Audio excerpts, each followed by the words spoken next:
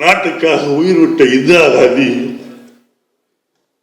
ராஜீவ் காந்தியும் உயிரை பயணம் வைத்து இந்த கட்சிக்காக பாடுபட்டுக் கொண்டிருக்கின்றார்களே சோனியா காந்தி, ராகுல் காந்தி, பிரியங்கா காந்தி ஆகியோர்களை நீங்கள் நினைத்து பார்க்க வேண்டும். அவர்கள் தியாகம் செய்வார்கள், நாம் பதவி பெற வேண்டும் என்று நினைத்தால் எவ்வளவு பெரிய அயோக்கியத்தனம் அதை நினைப்பார். நேரு இல்லாமல் நாம் இப்படி வந்திருக்க முடியுமா? நேரு இருந்த போது இந்த நாட்டினுடைய நிலைமை எப்படி இருந்தது?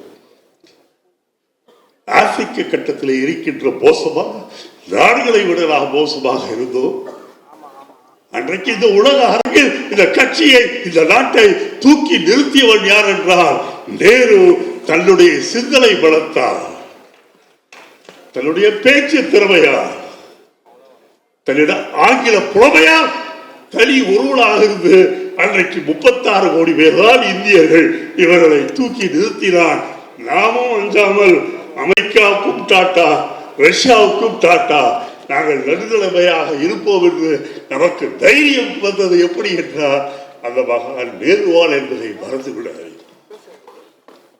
அந்த குடும்பம் இந்த நாட்டிற்கு என்னென்ன தியாகங்கள் செய்திருக்கின்றார்கள் என்பதை வரிசையாக சிந்தித்து பாருங்கள்.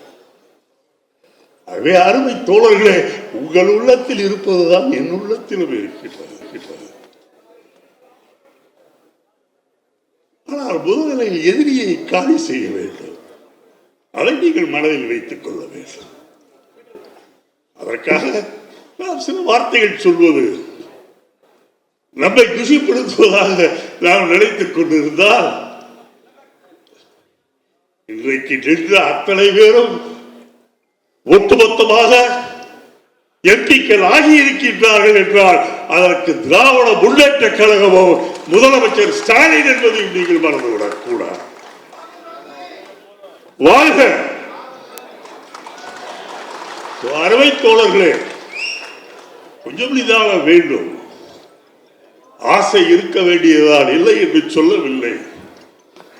அது பேராசையாக ஆகி கடைசியிலே ஒன்றுமில்லாமல் உருப்படி இல்லாமல் போய்விடக் கூடாது. இந்த மோடி ரொம்ப பயங்கரமானவன் என்பது உங்களுக்கு தெரியும்.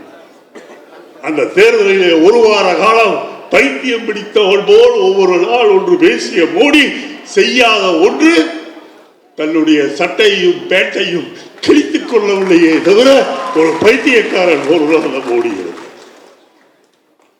அதுவே அருமை தோழர்களே, இந்த நாட்டிலே தலைமை பொறுப்பில், ஆளுகின்ற பொறுப்பில் மோடி அவர்கள் இருக்கின்ற